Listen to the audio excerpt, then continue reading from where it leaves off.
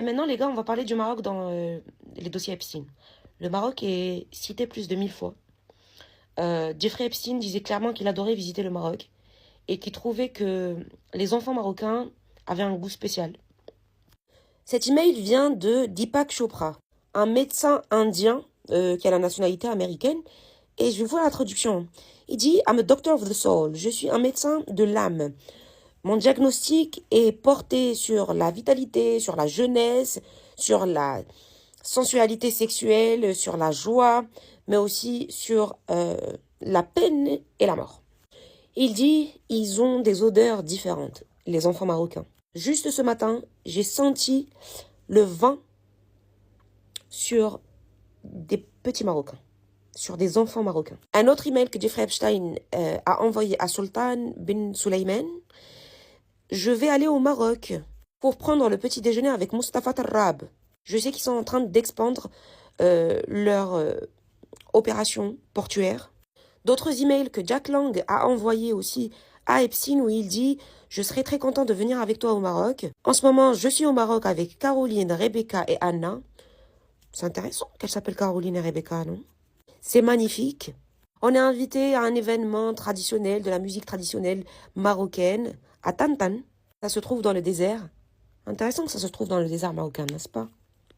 Il dit en gros qu'ils vont faire du bivouac là-bas et que ça va pas l'intéresser, mais qu'il est prêt à repartir au Maroc avec lui.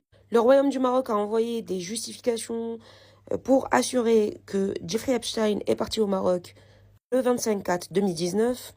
Et puis, on a une longue liste des traîtres arabes qui ont communiqué directement avec Epstein. Donc, dans cet email, Jeffrey Epstein est invité au Maroc, soyons d'accord, pour parler en un à un, en face, avec toutes ces personnes qui sont citées. Donc, Bahreïn, Sheikh Khalid ibn Ahmed al-Khalifa. L'Égypte, Monsieur Ahmed Abou Ghaith.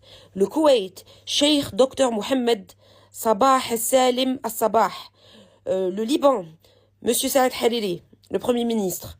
Luxembourg, Monsieur Jean Asselborn. Le Maroc, Monsieur Taïeb Fessi Fehri, qui est nul autre que le conseiller du roi depuis 2012.